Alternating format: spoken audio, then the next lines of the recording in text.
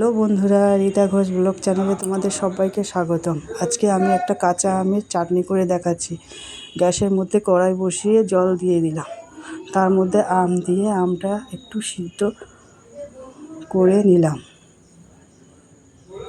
তারপরে কড়াইয়ের মধ্যে 5 ফোড়ন, শুকনো লঙ্কা একটু ভেজে নিলাম। তারপরে কড়াইয়ের মধ্যে তেল দিয়ে 5 ফোড়ন দিয়ে আমটা দিয়ে দিলাম।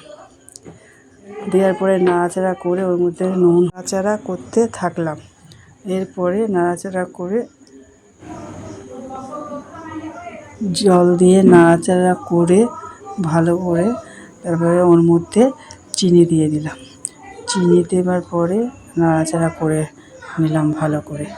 নাড়াচাড়া করার পরে আবার একটু জল দিয়ে মশলাটা, ভেজে রাখা মশলাটা দিয়ে ভালো করে নাড়াচাড়া করে নিলাম। নাড়াচাড়া করে আমার আমের চাটনিটা একদম রেডি হয়ে গেছে। এবার একটি পাত্রে ঢেলে নিলাম। ভিডিওটি যদি তোমাদের ভালো লাগে তাহলে লাইক, কমেন্ট, সাবস্ক্রাইব করে দেবে।